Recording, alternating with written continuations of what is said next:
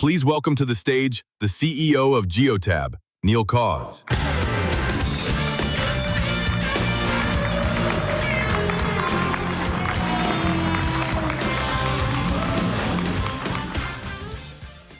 Hey folks, it's so nice to be here with everybody today. I'm the founder and CEO of Geotab. This is my first time at ConExpo, but definitely not my last. So we're going to share some important and cool announcements here today. But before we do that, I just want to maybe talk a little bit about Geotab, if I may. We are a global telematics company that's previously focused on on-road and asset tracking. We have more than 6 million connected vehicles, including some of the most important fleets globally. So, for example, all of the US federal vehicles are connected with Geotab, as well as the largest fleet in the world, which is United States Postal Service with 280,000 vehicles. Most of the key commercial fleets like UPS, PepsiCo, and Amazon, as well as the most important trucking companies like JB Hunt and Ryder. And of course, what's most relevant to the folks in the room is many of the large construction companies are also Geotab customers.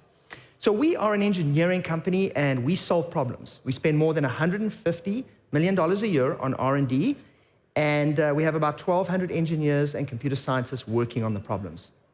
So maybe let's just start and level set and talk a little bit about why do customers in general buy telematics? What is kind of interesting to me is how telematics is starting to specialize.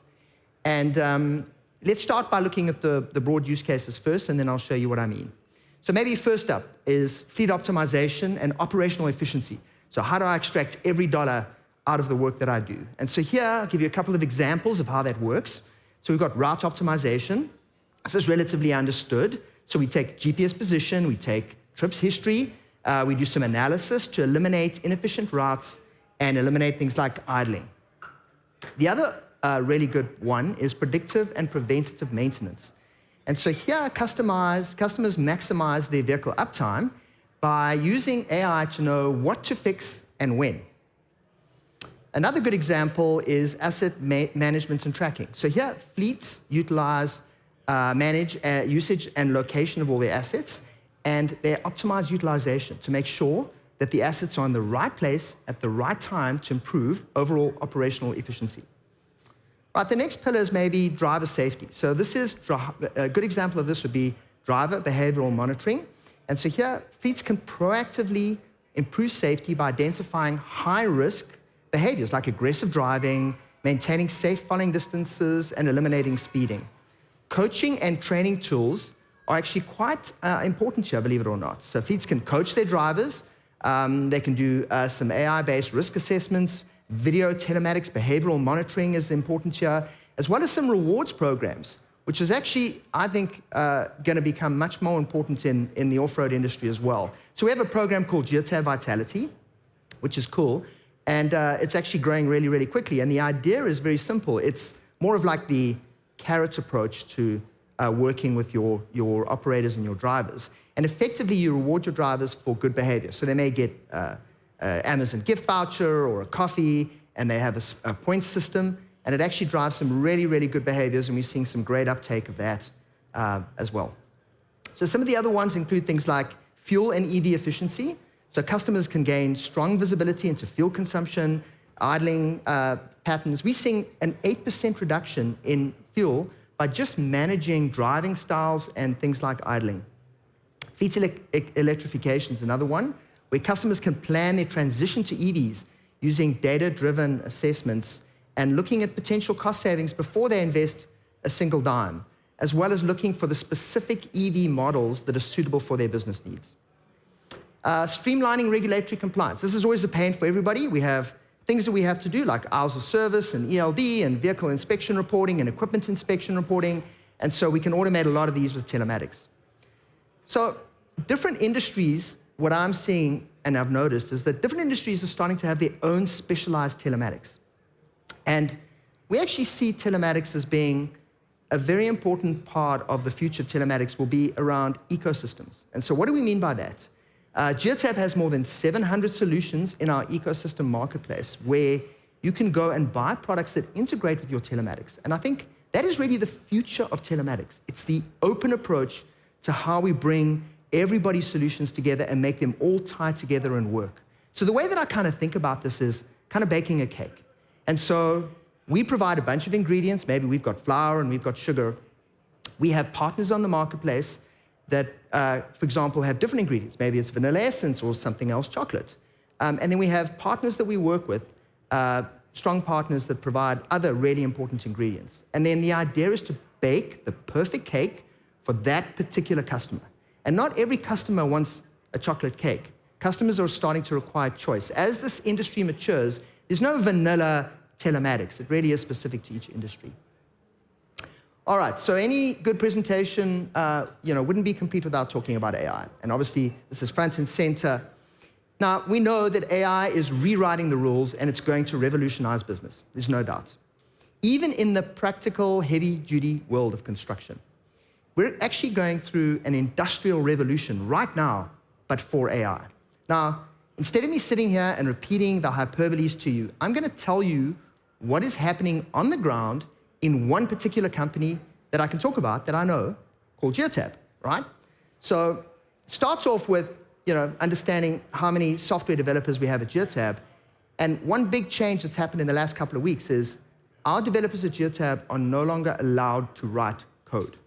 Sounds crazy. And if you talk to a developer, they go like, this defines me. I've spent my entire life being able to intellectualize and write code. Truth be told, that the software developers today are not smart enough to be able to write code as well as the AI. Now, of course, the developer is still responsible for the output. And the developer is defining what it is that we need to build and how we need to build it. But it's still incredibly interesting that this change has happened. Another thing that we're noticing is we're averaging more than $500 a month now on AI costs per employee. Our support, marketing, and legal throughput has literally gone through the roof. Product velocity has improved enormously. And I want to give you one example that I found really interesting. We have one of our lawyers, Jonathan Strong, who worked at Geotab a long time. He's not a technical person. He's never written a line of code in his life. And it was just really impressive for me to see. We did an acquisition over in Europe, and we do a lot of contract reviews for smaller businesses. And we were going to be paying for a SaaS service. I think it would cost $50,000 a year or something for the service that's going to help him review the contracts. And he said, let me just try this myself. And with a whole bunch of prompts, maybe half an hour of work, he was able to build his own application that's now used at Geotab to go and do automatic contract review. It blew my mind, right? So we're now pushing the power right down to the edge. We're allowing the people at the edge to do what they need to do. Another good example of that was our product manager. So what our product manager did was look at a new product feature that wanted to be added that somebody was talking about in a video. Never written a line of code in his life. And he said to the AI, go look at the video, go figure out how to install the code, and go fix the problem for me. Not thinking it was going to work. Needless to say, completed all the work, and then provided feedback to the developer to obviously sign off on that final product. And honestly, that is truly mind-blowing. So right now, I think the world that we find ourselves in is an interesting one where the problem is a human change control problem. That is what we're facing. We as humans do not know how to leverage the AI and get the most out of the AI. So I tell people that your job is not going to be replaced by AI. Your job is going to be replaced by people who use AI. And so what we at Geotab are doing right now is building up what we call skills. In the AI world, a skill is a little box that you teach the AI how to do something important. So the box may be, for example, know how to log into Chrome. Another box might be how to use your Dynamics accounting system. Another one may be how to use your inventory system. And so we're creating these boxes of skills. And then we layer the company skills on top of these boxes. And so we, for example, build another set of skills, which may be, for example, how to create a video. And when it creates the video, it's going to create it to Geotab's standards. And then on top of that, we layer a further set of skills, like, for example, accounts receivable. Because now that the AI knows how to use my accounting system, now that it knows my customers and knows how I operate, now I can get it to handle my accounts receivable.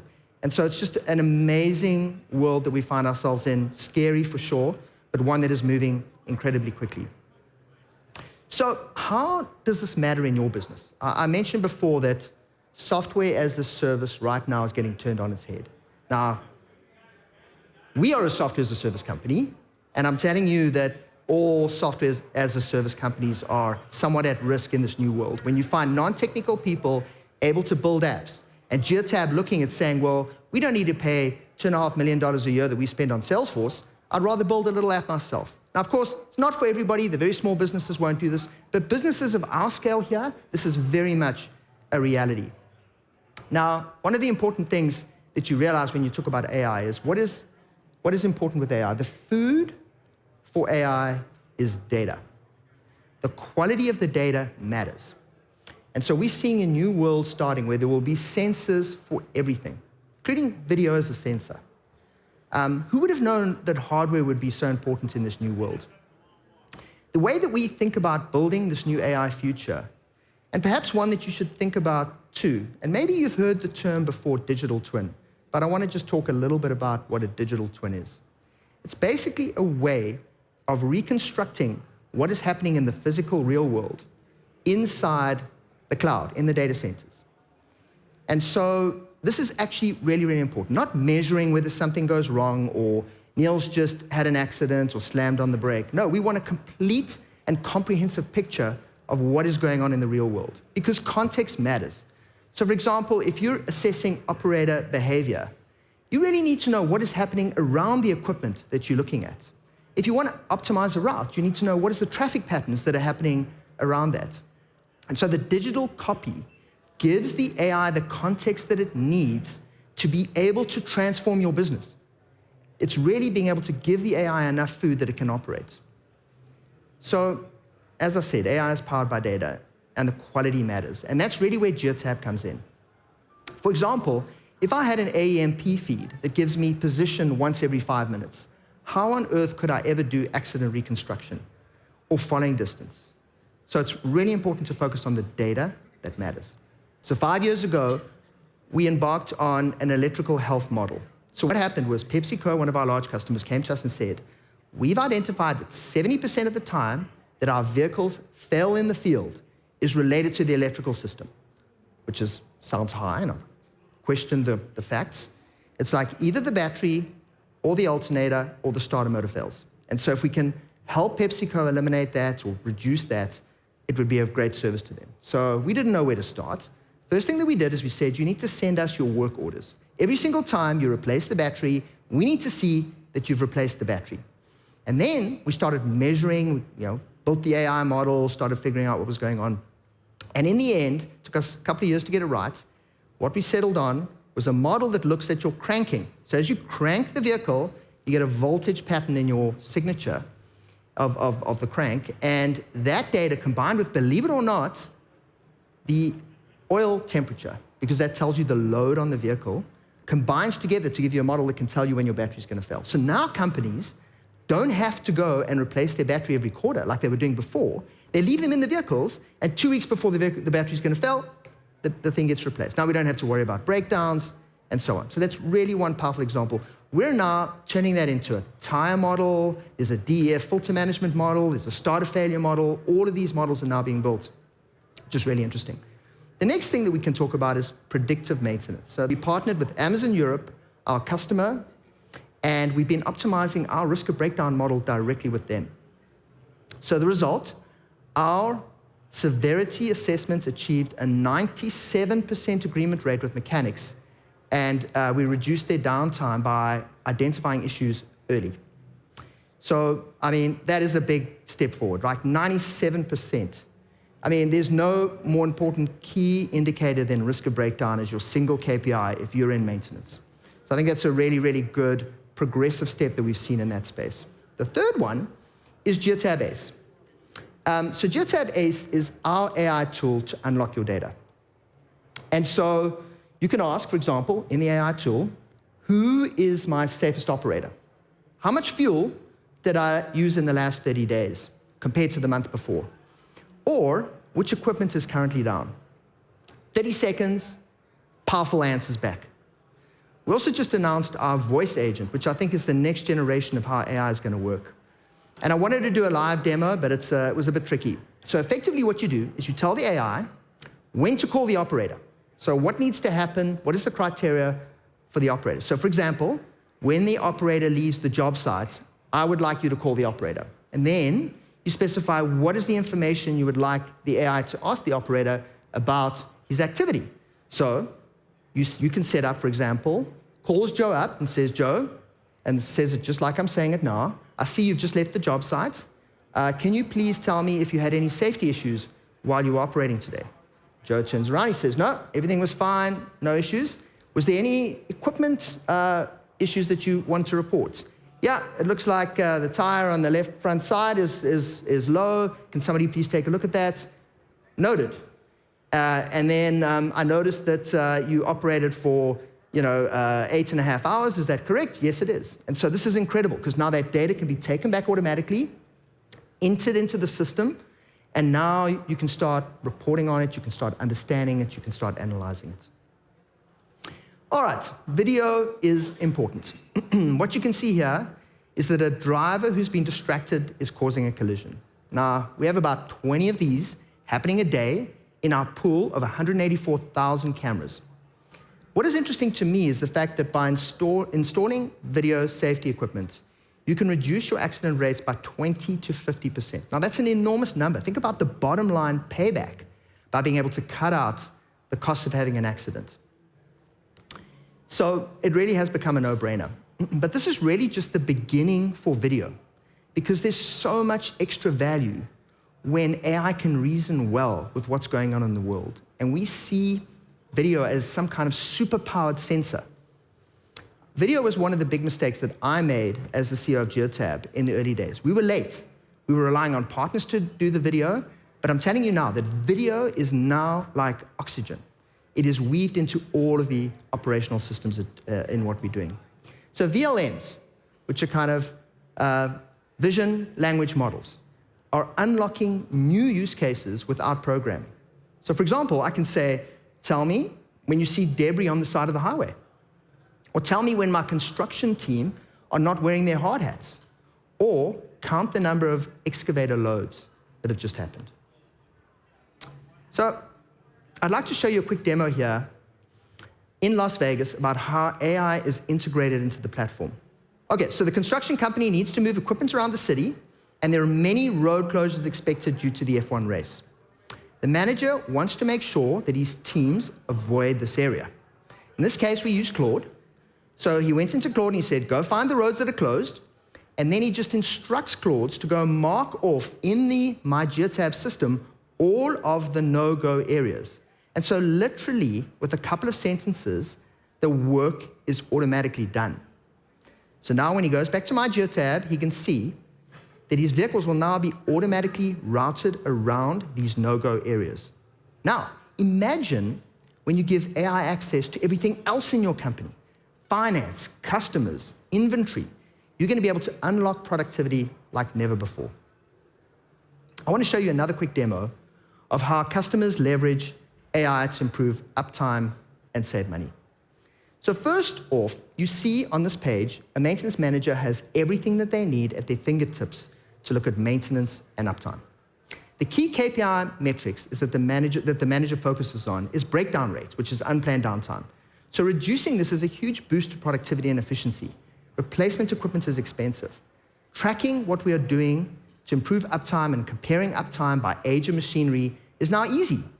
Focus, doing more of the work that works and less of what doesn't work. The system will automatically create high and critical work requests for you when it detects high severity engine lights on, and the AI models will pick up serious issues focusing on these unplanned downtimes, enormously. So next up, let's look at the overall repair downtime. If you don't want machinery sitting in the repair centers and you need them out earning money, we have the tools to help you to make sure that your individual workshops are efficient and they're completing the work quickly and on time. So this is very simple, powerful, and actionable. Now, Dave asked me to get specific for a moment about how important it is to properly understand customers' business. So in this example over here, we're going to compare a traditional approach to how you view productivity of a scissor lift by simply looking at powertrain time. Right? This is incorrect. As you see in this animation, that the workers are busy when there is no powertrain in operation. So we need a new way of measuring productivity. Now you'll notice that there is a massive 90% error, which is not acceptable. And this is why carefully understanding your customer's business is vital to create good quality data for AI and people. Some of the most important problems solved at Geotab have come from talking to customers and partnering with them. And so I'm looking forward to working with so many of you in this room. Plugging into the engine bus in 2004 started because UPS wanted fuel information. The electrical health, as you saw, was done because PepsiCo had a problem. Amazon needed help because they needed to improve their breakdown prediction. So these are the things. And now it is time for Geotab to turn its attention to off-road. I am really excited to talk about our new initiative called Geotab Build. This is a combination of technology and engineering applied to off-road. And I would like to invite Dave to the stage to talk about how this is going to change the off-road world.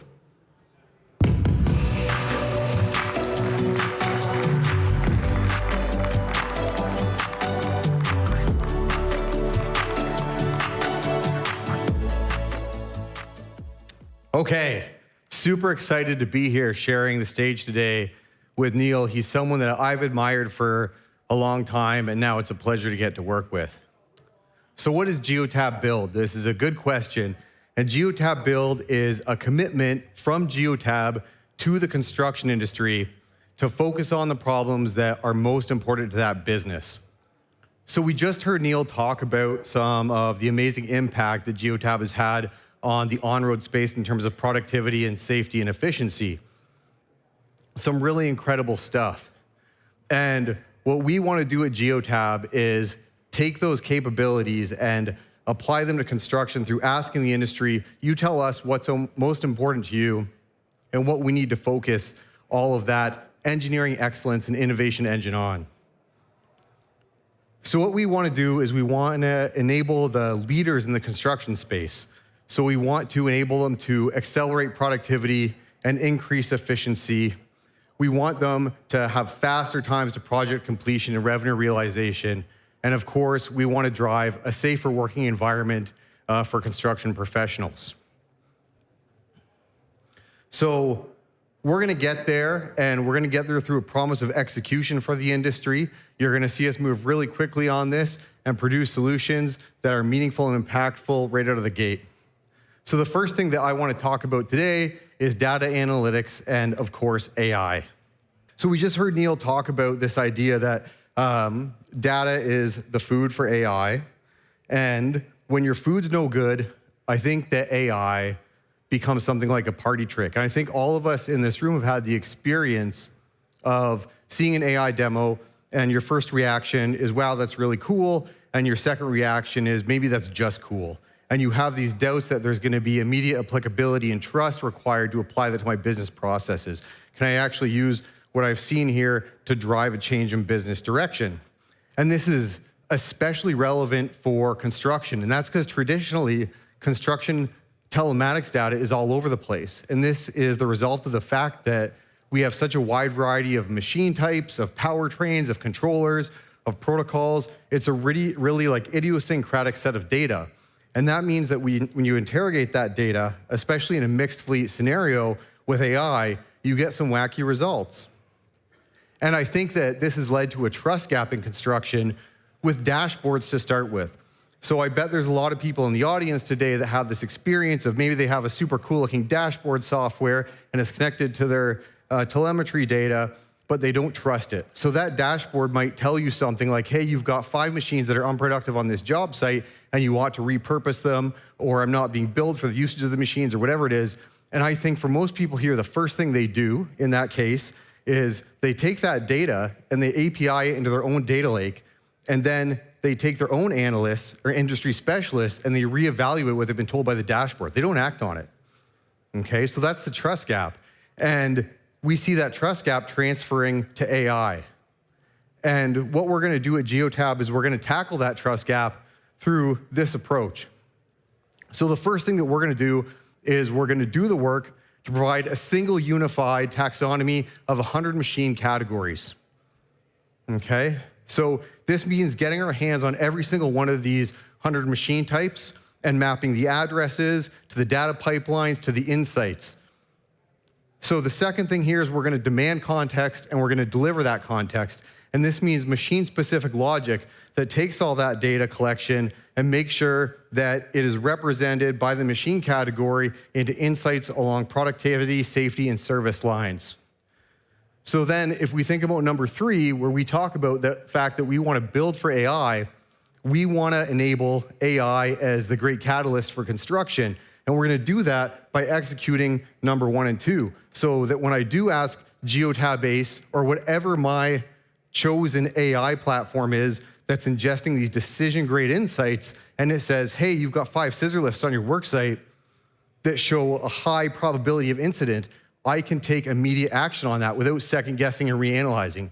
And that's our North Star. We want to be able to provide insights that we call decision-grade insights.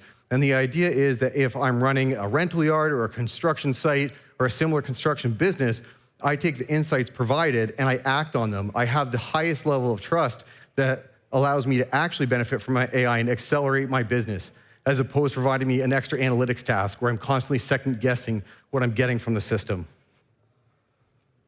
Okay, I love this slide, and we mean it. Well, we don't quite mean it. Our data scientists are certified to work at height, so obviously they don't actually work on top of a scissor lift. But this is Rich Elliott and Emily Zimmerman, our head of off-highway data scientists, and every single day they have their hands on construction equipment in the garage at our facilities. And what they're doing is they're extracting high-fidelity, ground truth data that's required to actually validate these models that I'm talking about. There's no other way to get to this clarity and foundation of data that can really accelerate AI application. And we're going to do this work over the next 6 to 8 months. We're going to build this information architecture for aerials, material handling, skid steers and compact excavators, and then of course Modbus and specialty equipment. And by doing this sort of grueling work of mapping all those addresses to data pipelines to insights, we're going to deliver this incredible off-highway AI roadmap. So we're going to take the expertise and the experience that Neil just talked about that has allowed us to operationalize AI for companies like Amazon. And we're going to first get to reliable predictive breakdown for aerials and compact machinery. We're going to then get at battery lifetime and failure prediction. And then really importantly, we want to get to meaningful incident prevention through incident prediction on aerials. So, machine connectivity, if we want to extract that highest quality food for AI, we're going to do that by delivering some really excellent hardware. So what we're going to do is we're going to deliver a suite of hardware for machine connectivity that's going to be incredibly rugged. It's going to be built for purpose to extract all of these insights across this wide variety of machine types. It's going to be cost effective for compact machinery. And this is what that roadmap looks like. Over the next 24 months, we're going to deploy a series of devices that make sure we're able to apply them to the wide variety of use cases and machine types that we'll find on a construction site. And I'm really excited to say that the first item on this roadmap is here for you right now at ConExpo. And this is the Geotab Go Iron. So I'll invite everyone in this room to come back to the Geotab booth and take a look at this amazing device. It's excellently engineered, it's really good looking, and I'd love for you to get your hands on it and ask some questions and see what it can do for your construction business. So this device, like I said, is incredibly well engineered. It's super rugged. It's IP69K rated. It has dual CAN plus Modbus. It's 48 volt native compatible, has a 10-day backup battery. It has a great modular harness system. It's compatible, importantly, with all of the Geotab IOX ecosystem. So if you're not familiar with what that is, we have 100 expandability devices pre-built that will work with this device, and you can come look at those at the booth as well. And of course, what this spec gives us is the ability to ingest data from this huge collection of different categories of compact machinery, specialty equipment. Again, this is going to be our cornerstone of connectivity to take all of the various types of machinery you see on a construction site and connect them all, connect them to our information architecture, enable them for AI, and accelerate construction. Okay? So please, everyone, come see the Go Iron at our booth. Can't wait to show it to you. Can't wait to hear your thoughts. So let's talk about off-highway video. We just heard Neil talk about some of the amazing things that Geotab is doing right now to impact on-road safety with video. It's really incredible what we've been able to accomplish with our AI video models. And of course, we want to take right off the bat that same safety offering that we've gotten to with on-highway, and we want to deliver that for off-highway machinery. But that's just the start of it. We heard Neil talk about video as a sensor. And beyond safety, which is critical and super important, but we'll get there really quick. And the next thing that we want to do is get to a higher level of fidelity. When we're talking about measuring productivity on a work site and with specific machine types that are traditionally really difficult to map productivity to.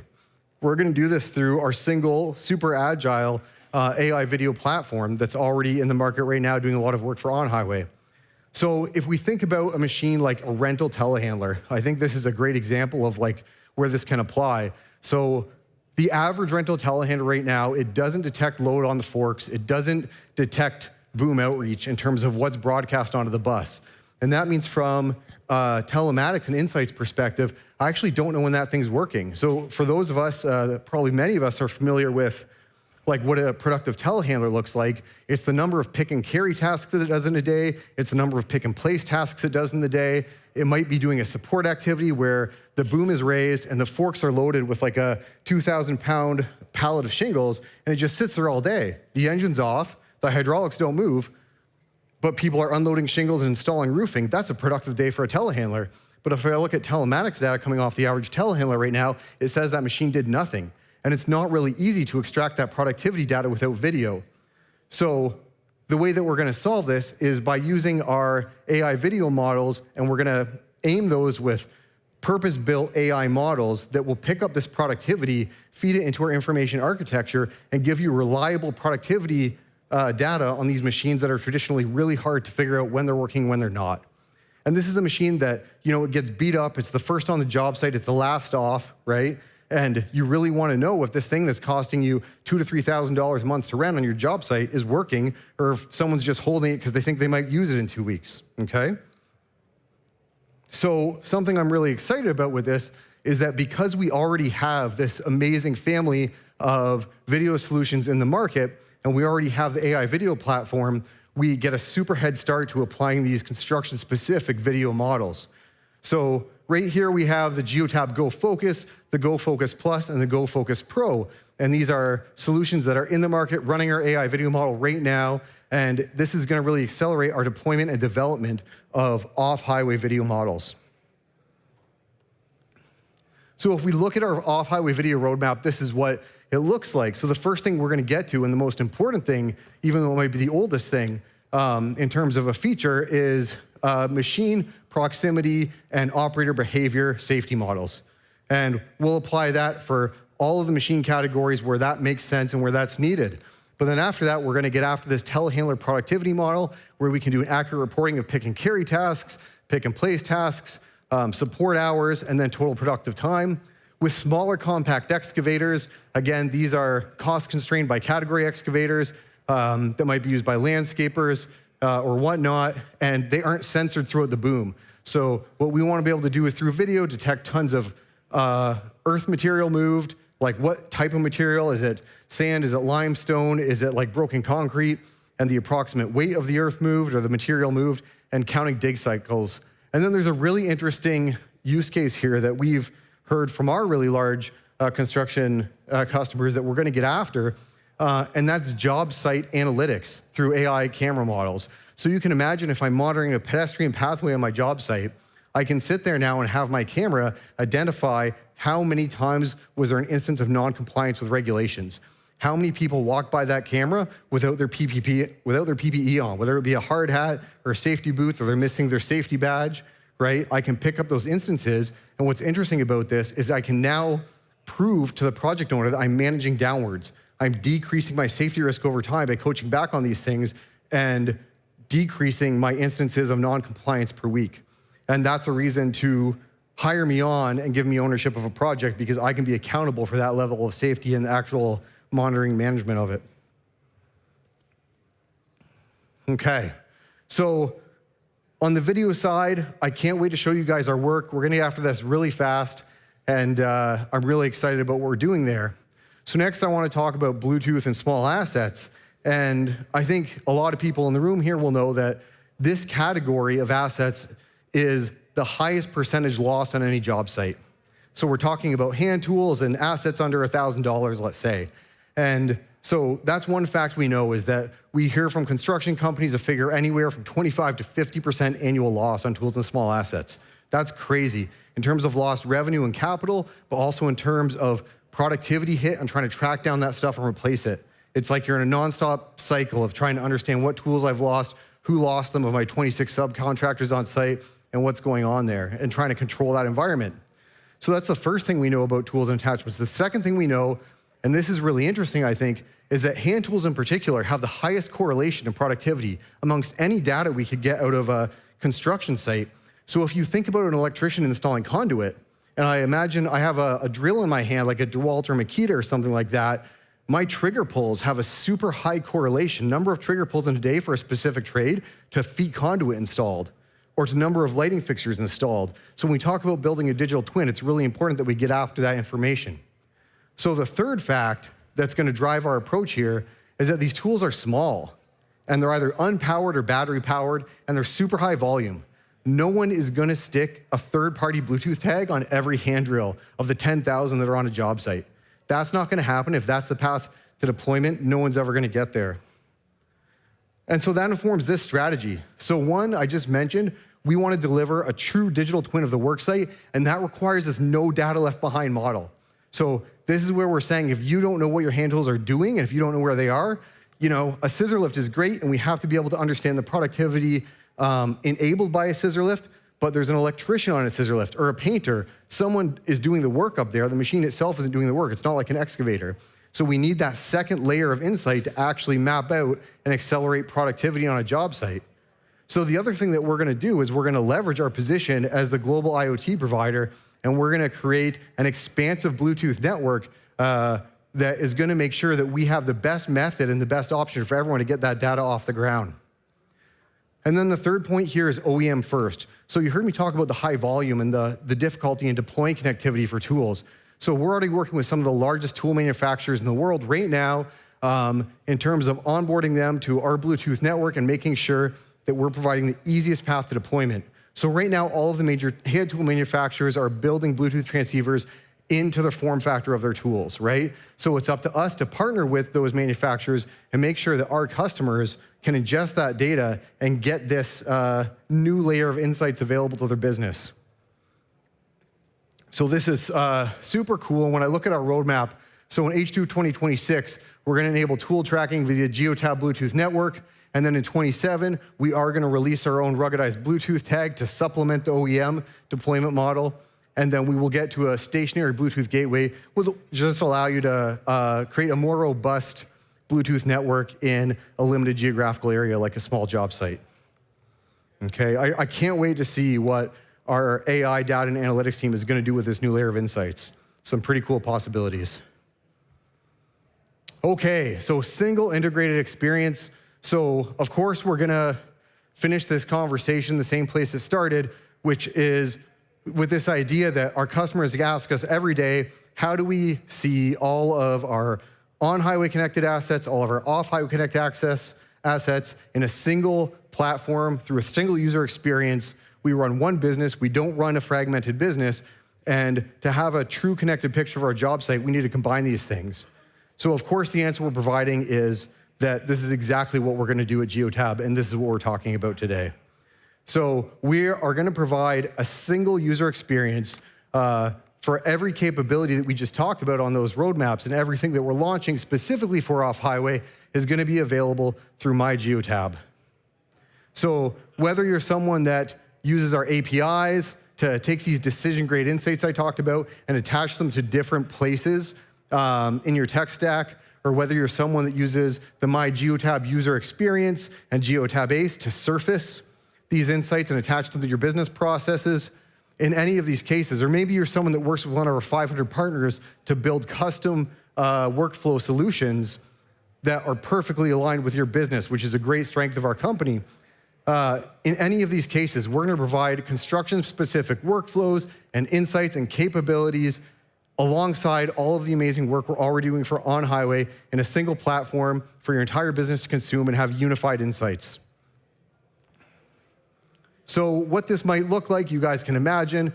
So if I'm running a mid-sized construction operation, I can take advantage of Geotab's like ELD compliance module of our hardware for on-highway. I can have my service drivers, managing their fuel usage through the on-road capabilities of Geotab, and those service truck drivers are driving to my job site where I have 1,000 off-highway assets deployed. And now, through our information architecture, I'm going to know on that job site which machines are working, which aren't working, which are productive, which are operating in an unsafe way. And through one single platform, I'm going to be able to act on all of those insights, which is super cool. So thanks for listening to me today. Before I go, I just want to say that, one, come back to the Geotab booth. We've got the whole Geotab Build product team there. Come and talk to them about what we're building. We want your input. We mean it when we're saying we're listening, and we want to work in service the construction industry. So the other thing is that, like, you've heard me use the word partnership and service, and I think the idea is that we want to be part of your industry, okay? We see that this is your industry and you understand the problems, and we're asking to be part of it. We're here to serve you and help you solve the problems that you want to solve. And we want to work with the leaders in this industry, and we want to deliver our solutions to where people are already working. And with the spirit of that in mind, I'd like to invite Neil back on stage here to make one final announcement.